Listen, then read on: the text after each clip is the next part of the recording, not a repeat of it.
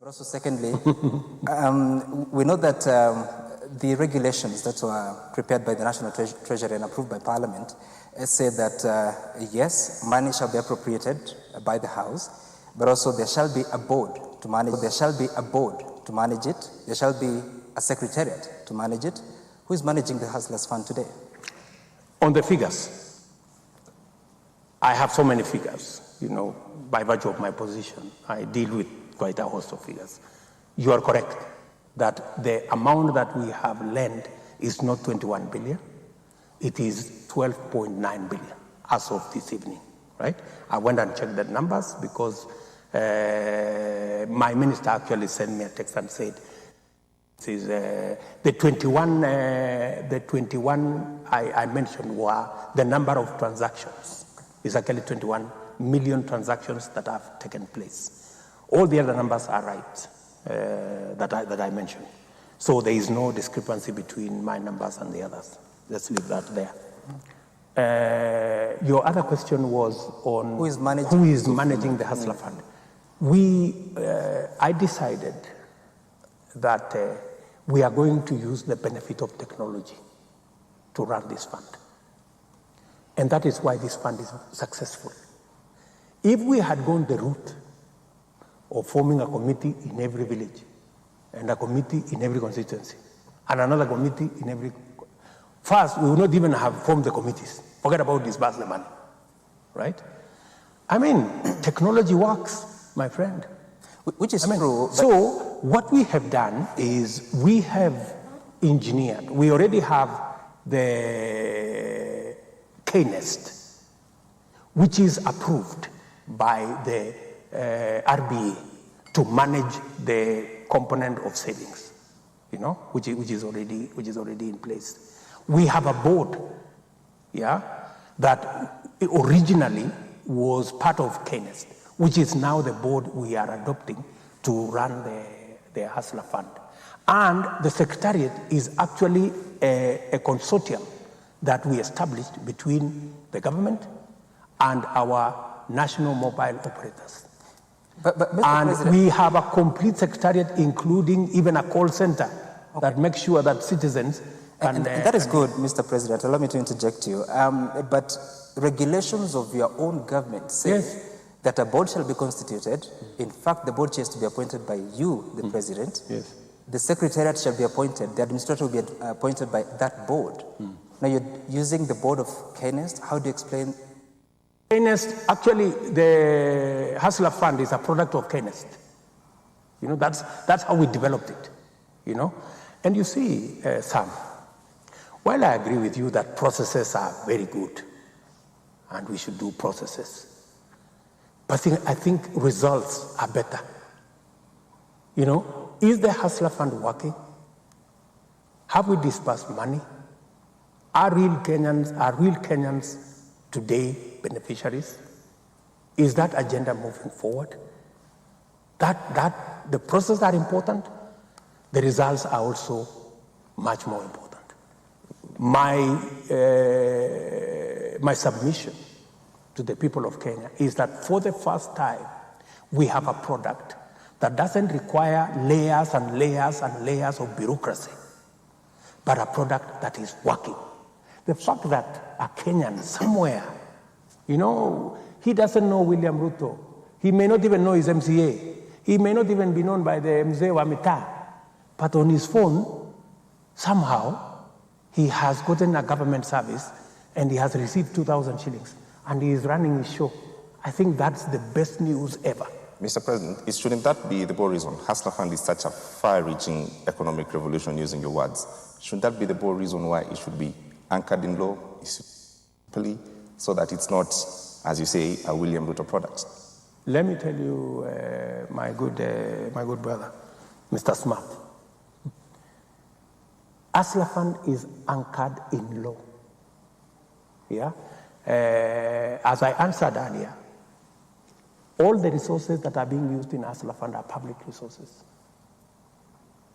We went through the public participation processes, we went through Parliament, we have established it, we went all the way to getting the license from the RBA ensure that we are in compliance with the law, and to make sure that every requirement of law has been satisfied before we apply public resources.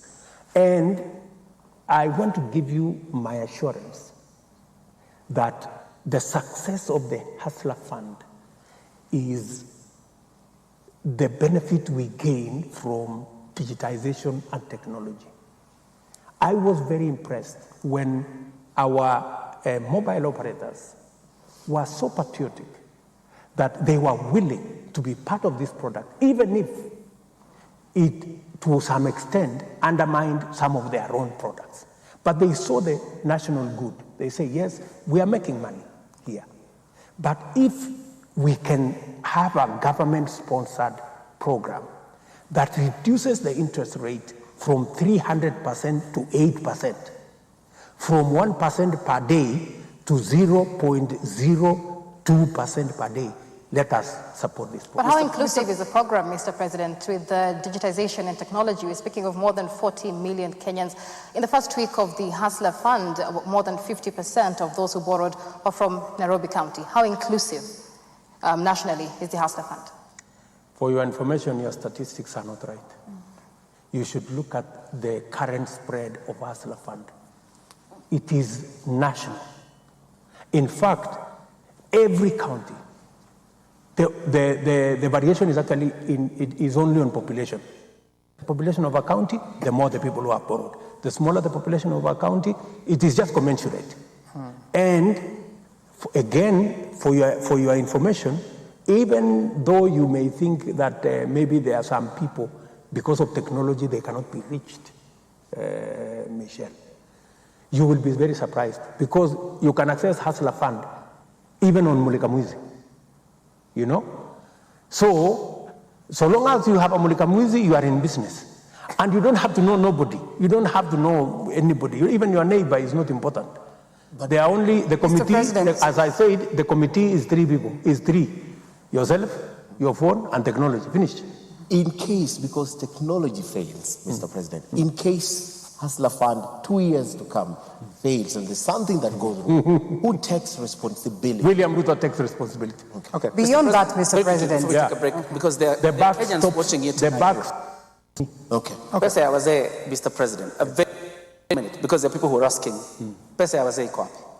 Pesa ya wazee is on. You know, contrary to stories being peddled around, you know, the challenges that we have faced with Pesa ya wazee, the challenges we have faced with all the things that we are doing is because we do not have adequate public resources. You know, the roads stalled 1.5 years ago because there was no money to pay for them. You know, we must just appreciate that our economy was not doing well, and somebody needed to come and bring back our economy. And that's exactly what I am doing, and I want to promise the people of Kenya, I will sort out this economy and make sure that it serves us for now and for the future. We need to take a short break, but the Kenyans were asking that as you're taking a break from the Swahili episode, you are not wearing a ring. Now you have one.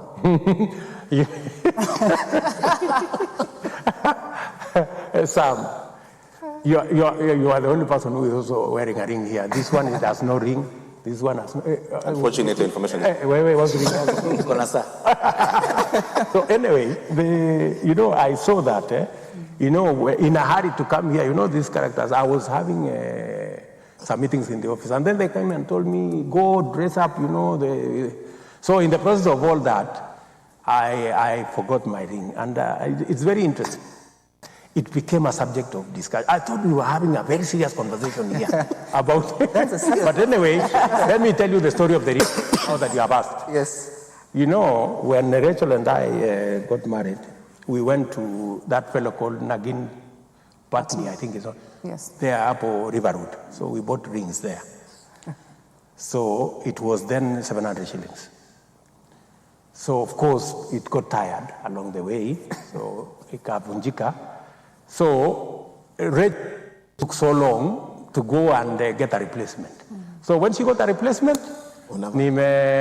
A replacement for you? Yeah, of course, because she's very... Well, I thought it's men who buy the ring. But anyway, we're taking a short break here. We're speaking to President William Ruto on this day, the very first conversation since he became president. We'll be back shortly with more topics.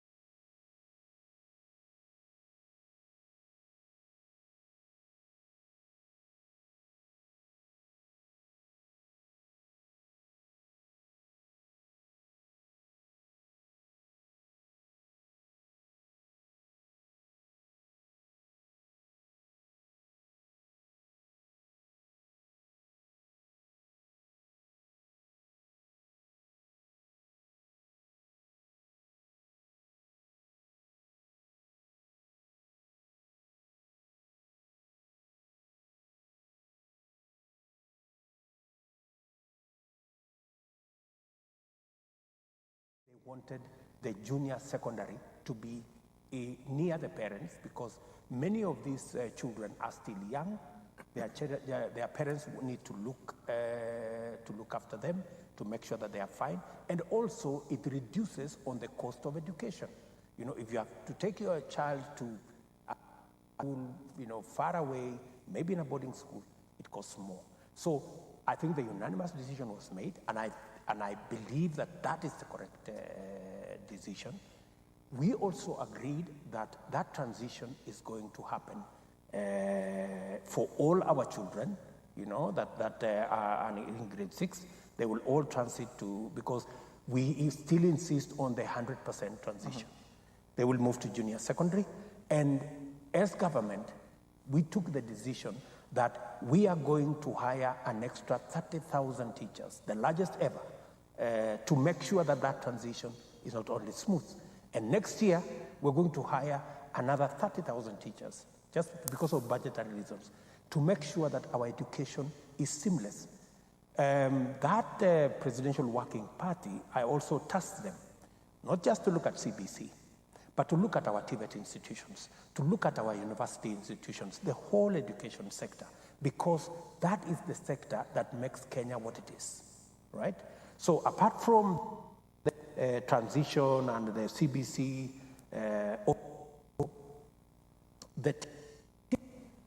which has been my pet project, and I pushed it ever since I was Minister for Higher Education, slowed down the last 4 years because of politics, you know. But now, we're going to hire another 2,000 tutors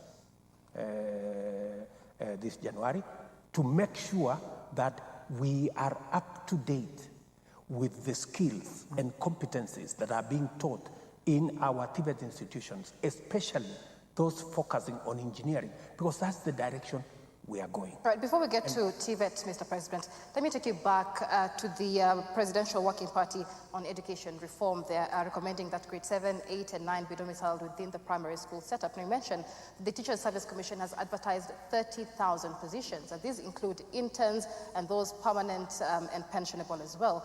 But does this address the gap? Because this would mean that we need more teachers to address within primary school that we may need to address the transition to secondary schools. Do these 30,000 teachers fit to address this transition to both primary and secondary school? Absolutely. In fact, the Teacher Service Commission are the professionals. We give them the latitude to decide how many of the teachers will help in the transition to junior secondary, how many of the teachers will assist in the continuing secondary education, and how many of them will go to primary. So that is the decision of professionals, and it is the expertise that we have in the Teacher Service Commission is able to tell us where the numbers are. Of course, we could do with a lot more teachers, and that is why I'm saying phase 1, we're going to hire 30,000. Next year, we're going to hire, and progressively, as we committed ourselves in our manifesto, by year 5, we will have hired 110,000 additional teachers. A very important transition. To make sure that that whole transition metrics goes on. Mr. President, a very important transition bit for the class 7. And of course, the report on ground is that then the government will be hiring teachers, like one teacher for every class 7 class. Of course, this is a big transition. How then will they manage 14 subjects for these very students, understanding very well that specialization angle? Of course, you know, the resources will be shared, you know, between the secondary schools that exist at the moment.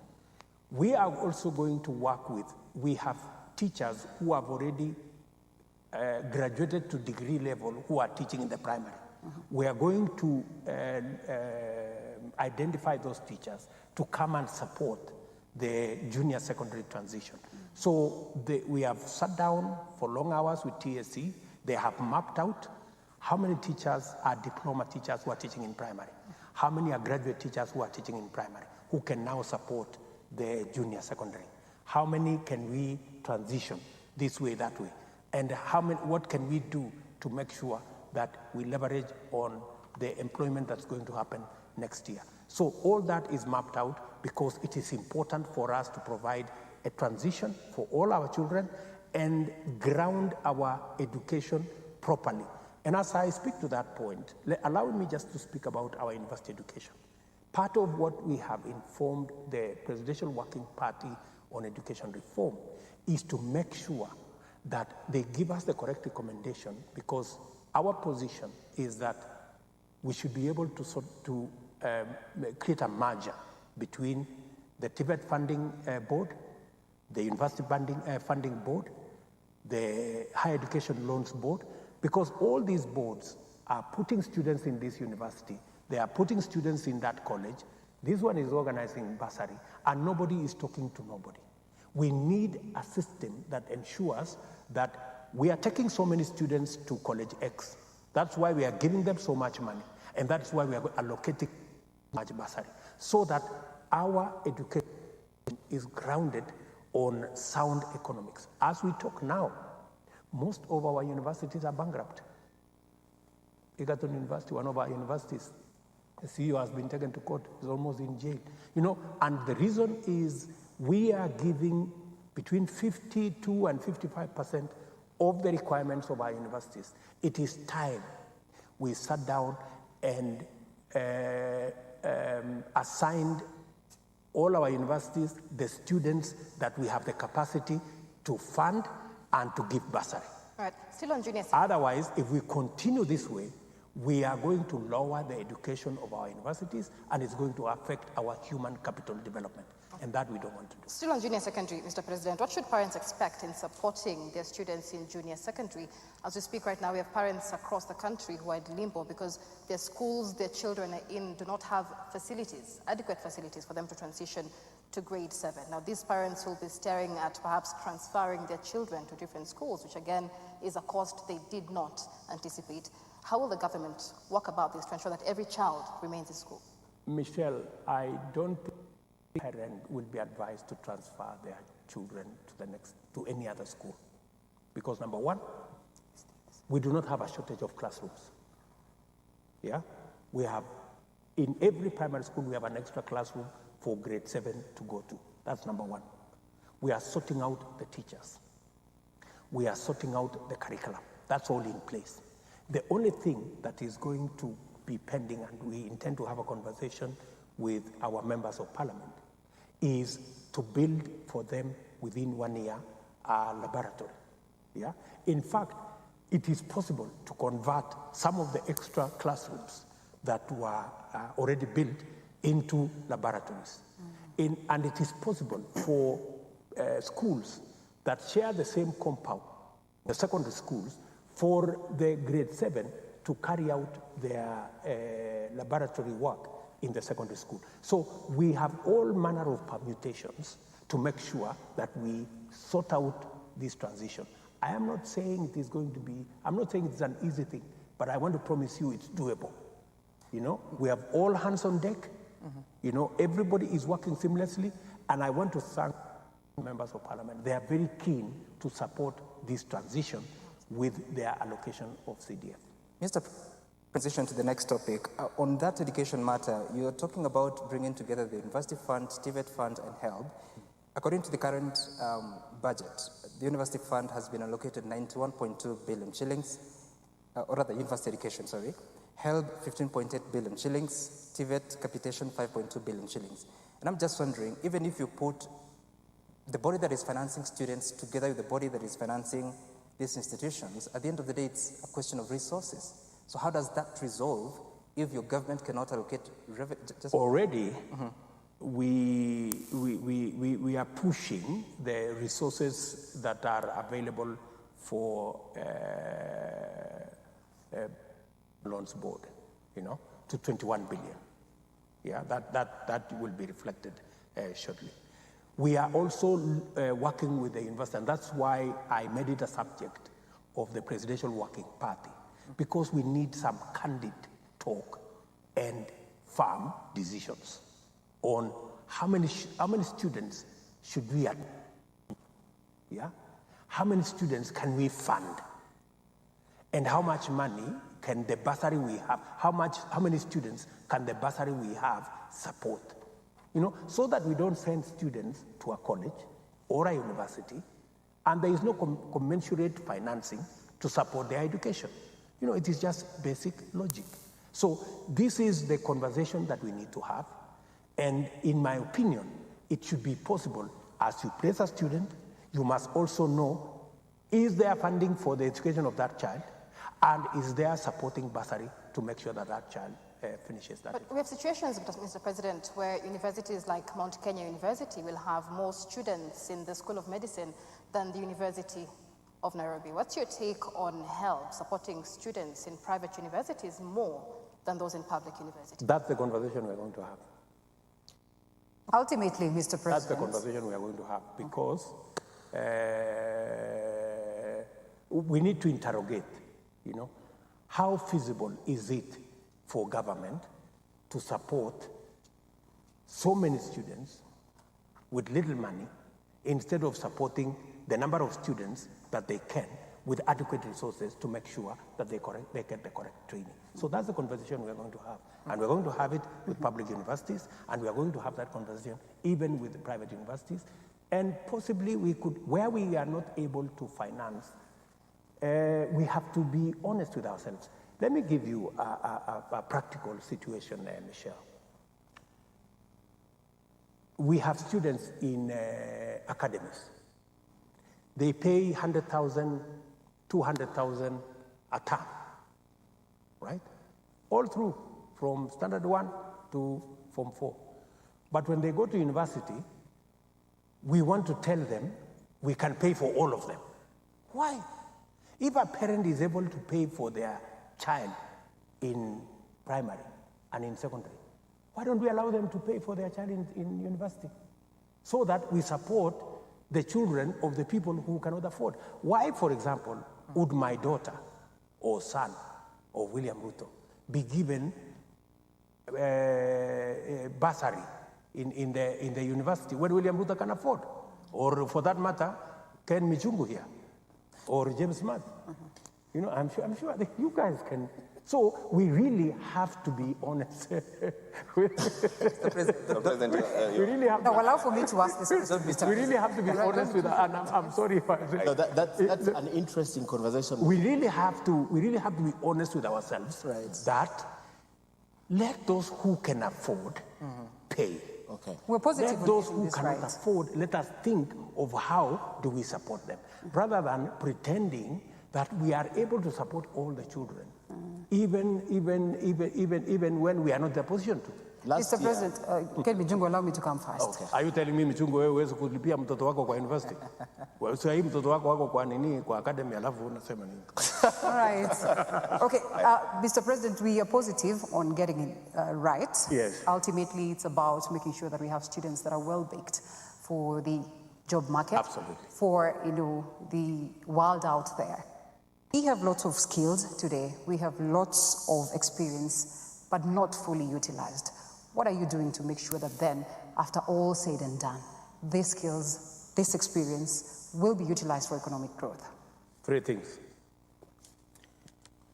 Number 1, we have to drive our industrialization and manufacturing value addition agro-processing agenda. It is a big part of our plan.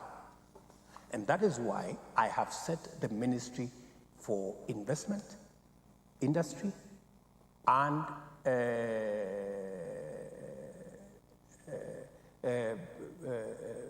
manufacturing, you know, the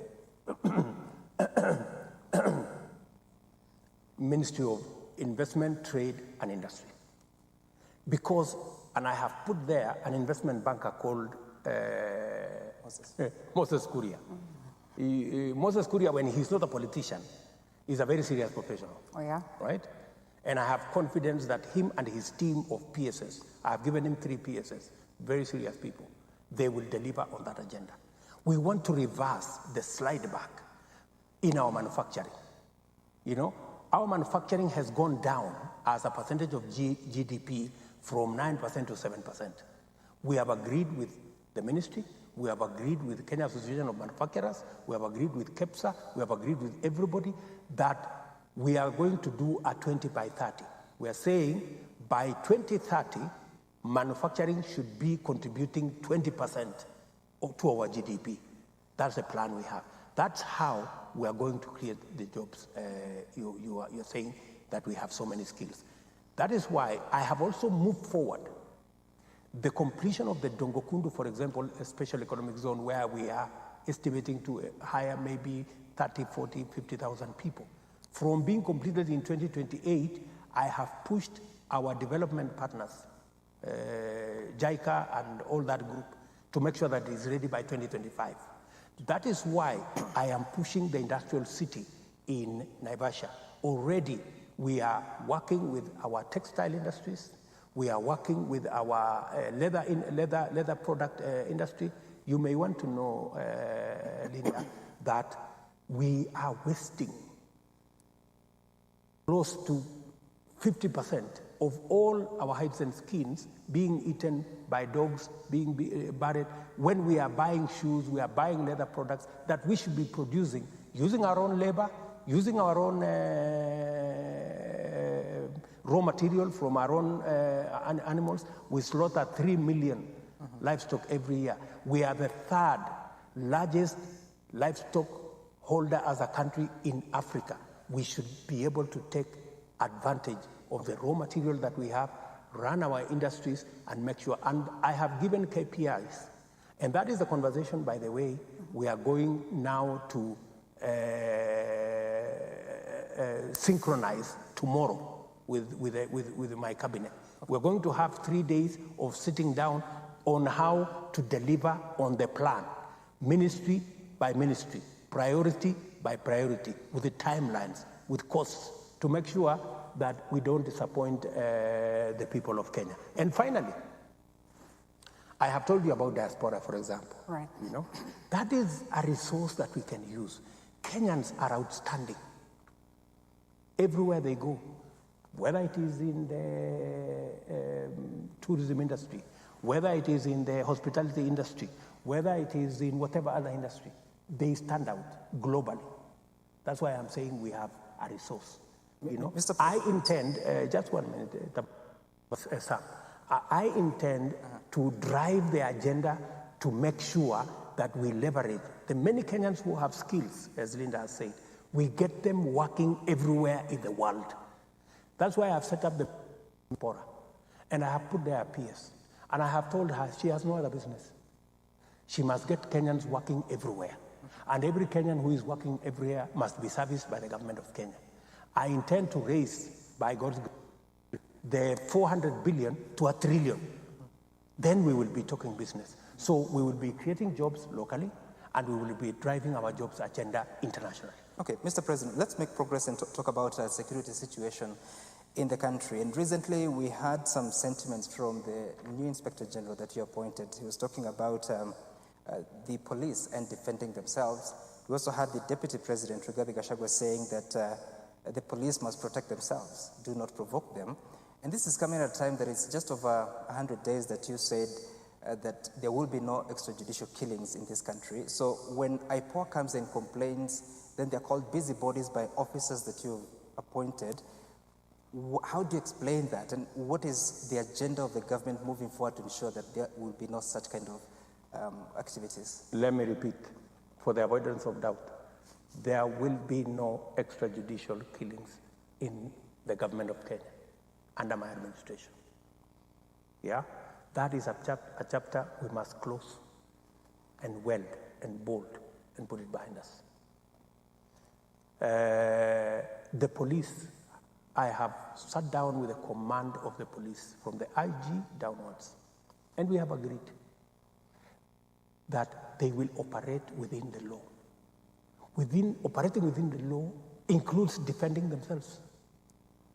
Yeah?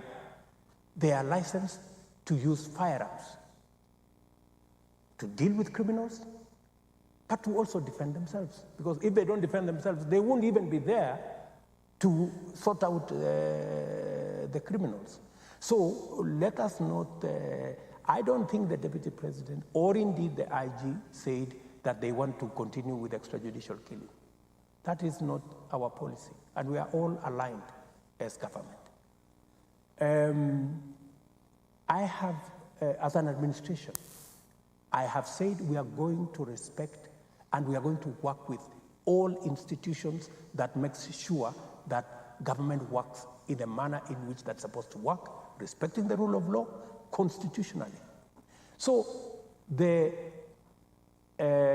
Independent Police Oversight Authority has our support. We are going to fund them. We are going to support them. And already, I have told them that they must begin to give us a program on the investigation of how we ended up with close to 200 Kenyans being killed and dumped in rivers. They must come. They must come to the country and tell us, right? And so, whenever you find this institution maybe saying something contrary with another institution, that's the beauty of democracy. That's the system of checks and balances. That's why the opposition, sometimes they don't agree with me, or they don't agree with government, but that does not mean that we have war, you know? It is this is how the system is meant to work. Every institution is supposed to check the other institution. Mr. President, and to make sure that everybody has a constitutional mandate. Everybody must operate within their constitution. If the constitutional mandate of IPOA is to make sure that there are no excesses in the police, that is their duty, and they must carry out that duty. Mr. President, I'm here wondering, you have been a subject of harassment by police officers and some of your allies too. And police officers claimed they were following or operating within the law. When you say that in defending themselves, they're operating within the law, it appears like there's a way police understand the law and how Kenyans understand to you is, give a clearer direction when you say that they can defend themselves within the law, because sometimes operating within the law has different meanings. The police not can, they must defend themselves. That's the law, you know. They must defend themselves. They cannot put themselves at risk, you know, and be able to continue being a police force that helps us sort out our security. But, yes, I have been a subject of harassment by the police. But you heard me. I spoke clearly, with clarity, and I told the IG and all the commanders who came here from every county that they have no business carrying out political orders. Let them go and read the Constitution and read the law, you know? And I have told them there is no government person or opposition person. We are all taxpayers. They must protect all Kenyans the way they protect the president, yeah? Whether they voted for the opposition or they voted for the government party, that's not the place of the police to go and choose and pick. All Kenyans, irrespective of how they voted, are taxpayers. They are entitled by right to protection under the law by our security agencies. And they have it very clear. I have told them, I have called the provincial administration, the national government administration officers, from the regional commissioner to the county commissioner, and I have told them it is not in their place to play politics. Yeah? His Excellency, are you aware? They must respect every elected leader, whether they are elected, and work with every elected leader, whether they are elected on the government side or on the opposition side. An elected leader is an elected leader. And I have told them to support government activity, government programs, that is their business, to make sure their IDs are issued, all the other government services are delivered in all areas, irrespective of who voted in which place. I have also told them they must support government, county government functions and programs. Because a government is a government, whether it is run by a person in the opposition party or a person in the governing party, it is a government at that level, and the provincial administration at that level must support government activity where national and county because that is how we are going to grow Kenya. Government functions, government programs that support the people of Kenya must be supported by all government people. Mr. President, are you aware that we have about 750,000 pistols and rifles in private hands, of course, more than the police and military combined? And of course, this is according to a survey, a Geneva-based small arms survey. And the biggest worry, and of course what it is that experts then dictate, is that sheer volume of guns is a national security concern. If everybody were to go out and protect themselves, the police within the law, the people, Kenyans who seem to have lost faith in the aspect of security, that's why they'll go around, in search of guns and all that, some of them unlicensed. What would it mean? For your information, Linda, we have, the reason why we have a government is that so that we can delegate some of the functions to some people. Yeah. Otherwise, if it becomes everybody for himself, then we stop being a nation and we stop being a state, and we just become something else, right? So small arms is a big challenge, correctly. Not in Kenya, in our region, and the use of proliferation of illegal firearms in the wrong hands is part of the challenge we are facing with even the cattle rustlers, the terrorists, and all these other criminal. And that is why I said earlier in the Kiswahili interview that we have purposed ourselves. And the CS, Professor Kindiki, his peers, Mr. Omolo, are properly guided on what we should do as government to rein in on these runaway cooks and ensure that we deal with them decisively. We have made huge strides. As I told you, I was in Baringo in December, and they were saying for the last 7 months we have slept, But let me also tell you that it is not over until it is over. So we will keep upping our game. There is need for us to upgrade some of the equipments we are using. There is need to enhance our mobility for our security forces. It boils down to the budget, And that is why I am really focused on sorting out the economy, because that way we will have the resources to sort out our roads, to sort out our security, and to sort out the things that are dear. C.S. Kindiki Kithure says, and I quote, "We cannot afford to have a country where citizens live in constant fear, and we will not spare any effort, even if it means using the KDF. The Constitution dictates that the KDF are then released only as a last resort, and of course to restore peace, but with approval of the National Assembly. Article 241, 3C of the Constitution. Is the banditry menace as bad and severe such that the government would consider KDF? It is serious, but it hasn't reached the threshold for us to go to Parliament to get KDF involved. We, however, are sharing information, from intelligence from all sides. We are sharing facilities and resources, and in some of the areas, we are making the decision that it's good to have security installations in some of these areas.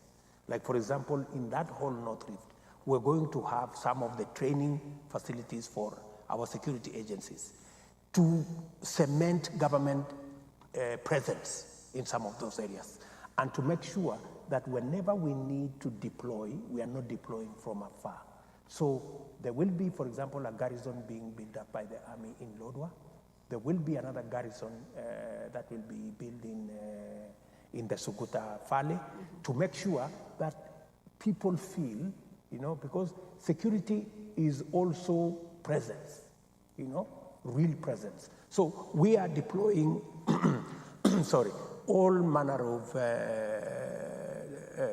interventions and strategies to make sure that we manage our security. Why don't we have a commission of course, a commission of inquiry that then would look into the extrajudicial killings, now that you mentioned the River Yala cases and as well the involvement of IPOA and IMLUs and all that? I already had a thorough meeting with IPOA, and we have agreed with them that it is not necessary for me to establish another task force when IPOA is there, and it is squarely within their mandate to tell us how did Kenyans end up being killed in this manner. And then it was business as usual.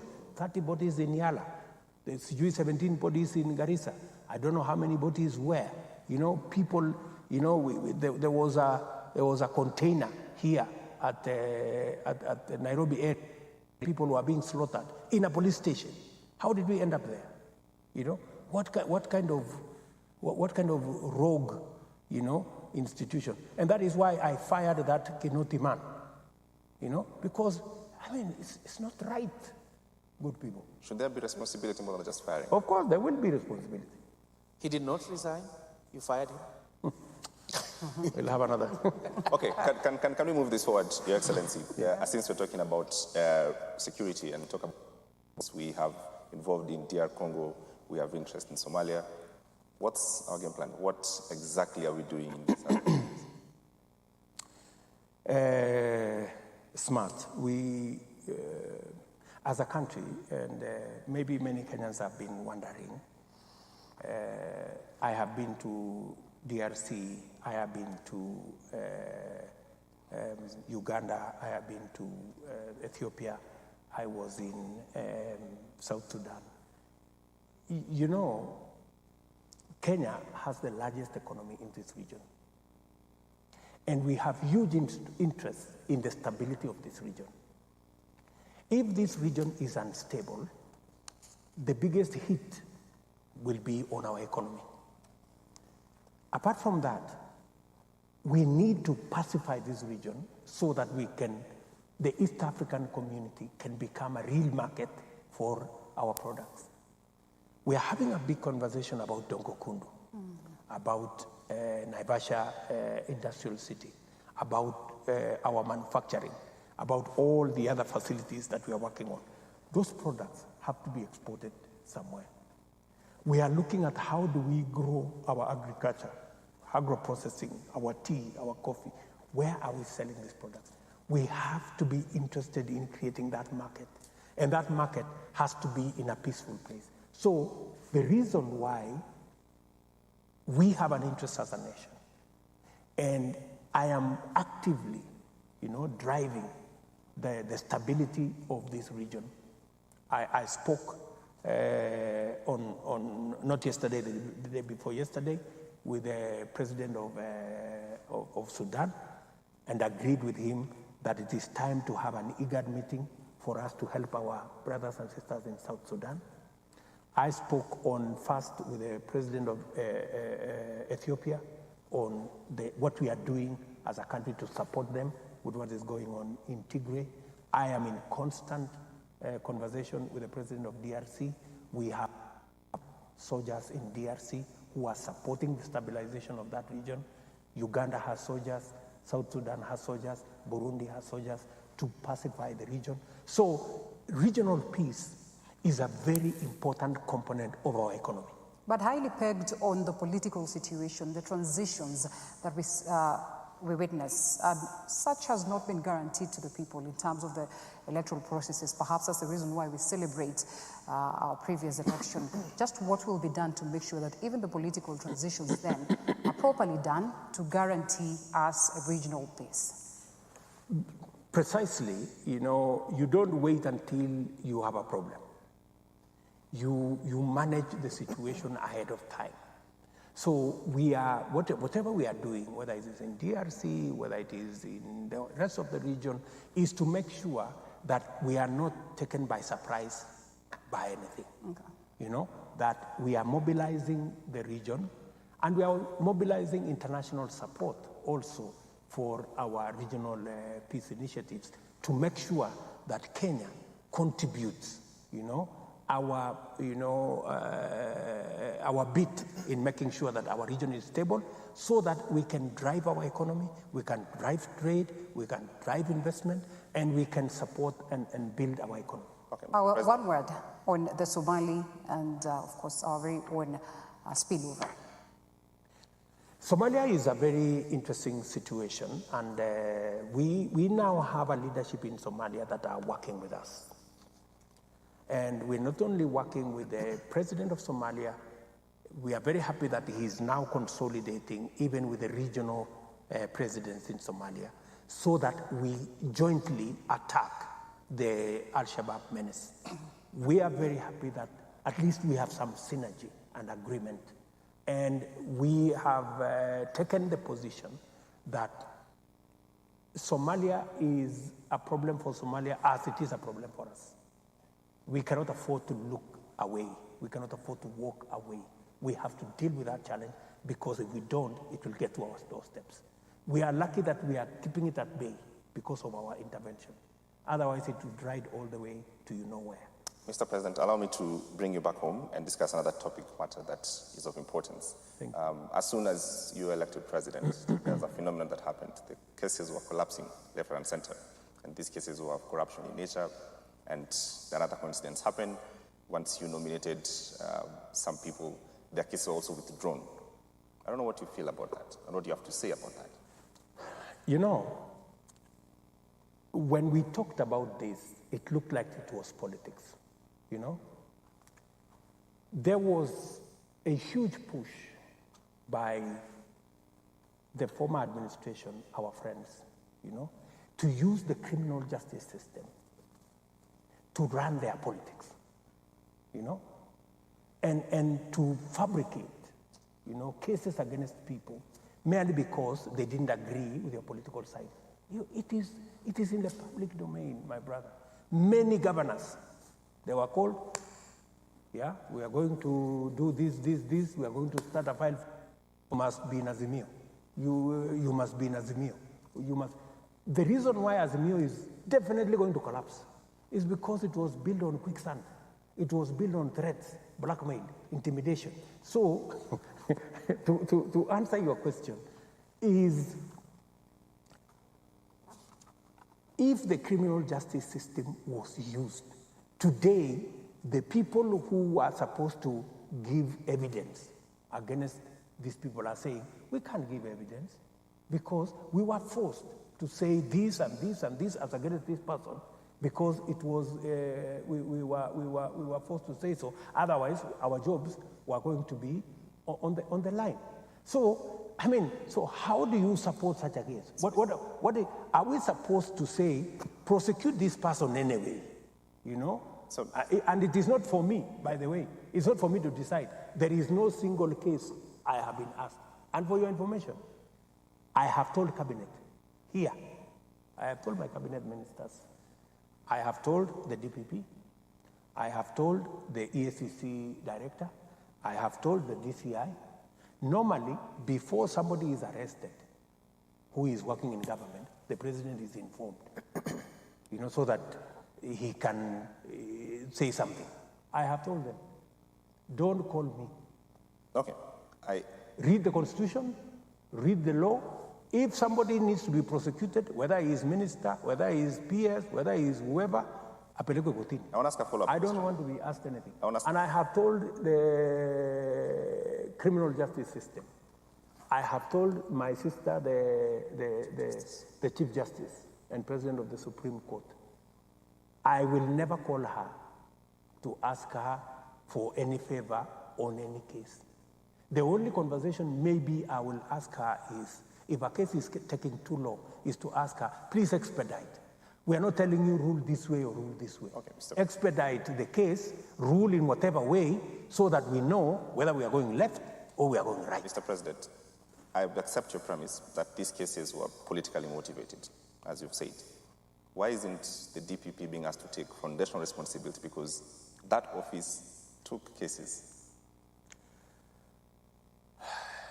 There are things I cannot speak on national on national television for other reasons, yeah? But if I told you, for example, that already the DPP had been asked to hand in his resignation, you know, if he doesn't prosecute this case and this case and this case, you know? I mean, it was just an ugly situation. And I pray that Kenya never again goes to a place where the criminal justice system is used to manipulate politics. So we must never be there. Yeah, I just want to ask this before I allow my colleagues to get into this. The question that you bring us now to the public is, we have to trust you that you're not using that same office for political expediency. That is what you are forcing us to do as a country, because we don't know the details. And if there are signs that my office is being, it should be called out. That's why I am an open book. That's why I want a vibrant opposition. How we got here? Because of the handshake nonsense. My good brother, Bwana Smart. We got here because you get the opposition, which is supposed to hold the government to account, into some illegal, you know, cohabitation, or whatever it was called, you know, in the name of unity. What unity? You know, who says by having an opposition, we are not united? So, Kenyans voted in this election, right? There are as many people in Azimio as there are in Kenya Kwanza. So, are you going to fold Kenyans that they caused disunity? The Kenyans voted. Mr. President. So, it is now up to us leaders to figure out, this is the decision of Kenyans. Kenyans have said, you guys go and run government. They have said, you guys go and check government. Okay. Let us appropriate our responsibilities to end the case. Yes, just one final question on this, because we have to clear this up. And let me say it looking at Kenyans. That's your camera. The office of the president will not be used to use the criminal justice system against my opponents, any political purpose. So the guarantee here... And that I can sign off as William Ruto. It will not happen. The guarantee here... You know, I have enough people to help me do politics. You know, I have first myself. You know, I am a politician. I know what to do with politics, right? I don't need the police. I don't need the criminal justice system. You know, I can go and speak to Kenyans. Where I spoke to Kenyans, you know, persuade them, sell them my view. They have my track record. They know what they want. They know. And for your information, just allow me to say this. Please. Why? You find that the people of Kenya are really energized asking, you know, about things about my administration. It's because the people of Kenya know me and they know what I am capable of doing. And they judge me by very high standards. You know, if it was just another guy, they wouldn't mind if he did one or two things right, because they would say, okay, maybe this guy anyway has tried. But for me, I have to do things at another level because they know what I'm capable of doing. Yeah, I think the reasons that we're asking this and to finish this sequence of questioning on the rule of law and accountability is you actually put in the Kenya Kwanza Manifesto, and you said yourself that you'll establish within 30 days a quasi-judicial public inquiry to establish the extent of chronism, state capture, and such things. It's well past 30 days. It is well past 30 days. When you come in the space where we came in, you know, the events of August 15th,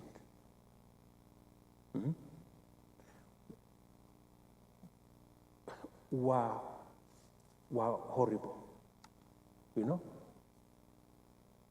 Because even the military institution had been roped into the scheme to sabotage the will of the people of Kenya because of that state capture menace, right?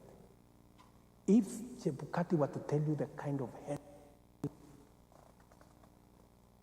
yeah, if the day the story of August 15th will be told in Kenya, you will know why I am delaying. Yeah, because now I have to balance between economy. You know, we are almost in the red. You know, or do I swing this big thing that will drain our energy? I want to promise you that that story will be told one day. This state capture will be done one day. But You'll establish the commission? we'll establish the commission one day. But where we are as a country, I have to balance. You know, if you were to sit where I'm sitting, James, yeah, you would know why I have to go slow on certain things to allow the country to get out of the mess we are in, you know, without overloading it with so many, you know, so many other issues. Our plate is full, you know, so I have to kind of balance, you know, but I want to promise you that that story. Okay. Mr. President. Yes, sir. The political system that we are in, straight after your cabinet, what is the coincidence that I'll just mention three names? Your own deputy, Rigathi Gachagua, in fact, he's getting his 200 million shillings back. Aisha Jomo, your cabinet secretary, and Mithika Linturi, your cabinet secretary. These were cases, not one. Some had multiple cases in court. You want to tell us that you didn't have a hand in their clearance and the stalling of those cases? Let me look again at the people of Kenya. William Ruto, the president of Kenya, had nothing to do with the cases that were dropped by the DPP against not just the three, any other case. Okay. And you can sit with my good brother Nurdin and ask him directly whether he has received a call from me to tell him, drop this case or drop that case. Do you think it's just natural, Mr. President, that Rigathi Gachagua, who was just the other day a member of parliament, government of the day? Also Kenyans know that the criminal justice system was mobilized by the former administration to achieve political ends.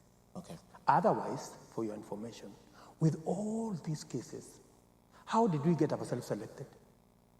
I mean, if all this was true, are you telling me 7 million plus Kenyans who said, no, these people are the right people to lead our country? Are you telling me our election was done at night? How different or in a dark place? From you what know, you said. what I am telling you is the people of Kenya can decipher between what is right and what is wrong. Okay. Right? What is right, what is wrong, and what is right.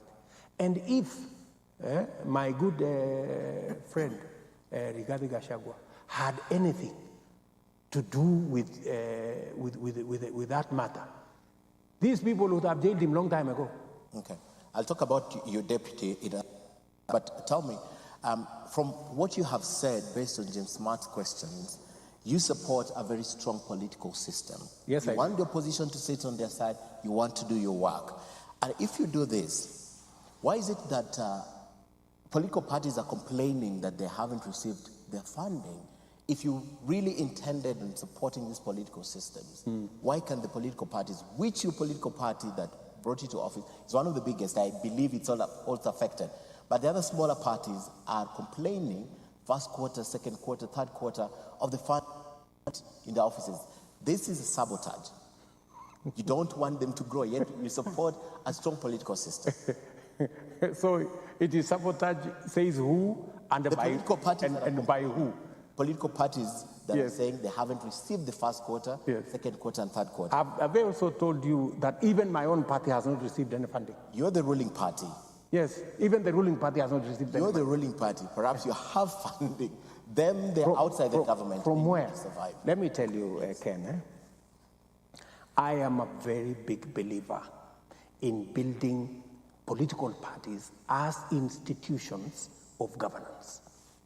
In fact, a country, a democracy, a government is as good as its political party or political system. You know? It is the way we are going to detribalize our politics, is to build political parties strong, credible, issue-founded political parties. That's what we should do, right? And on this, I have said not once, not many, not once, not twice. On this, I have said you must give credit to my former party called ODM. We started ODM together with others. Yeah, at least they have gone. You know, they've existed for long enough. Unfortunately for me, Jubilee, which was my party, was destroyed. You know, by characters there. So what I am a strong believer of parties as institutions of governance, and that there will be adequate resources always for the political parties. Okay. The challenge that we have is money was provided. It was sent to the ORPP, you know. But the challenge is some parties went to court to quarrel about the amounts. Surely, as somebody who respects the rule of law, do you want me to go and override? Okay. You know? How does this? So, the same way I am waiting, the court have taken, the people have gone to court, I cannot appoint CASS, I am waiting. So, those ones are also waiting, people have gone to court.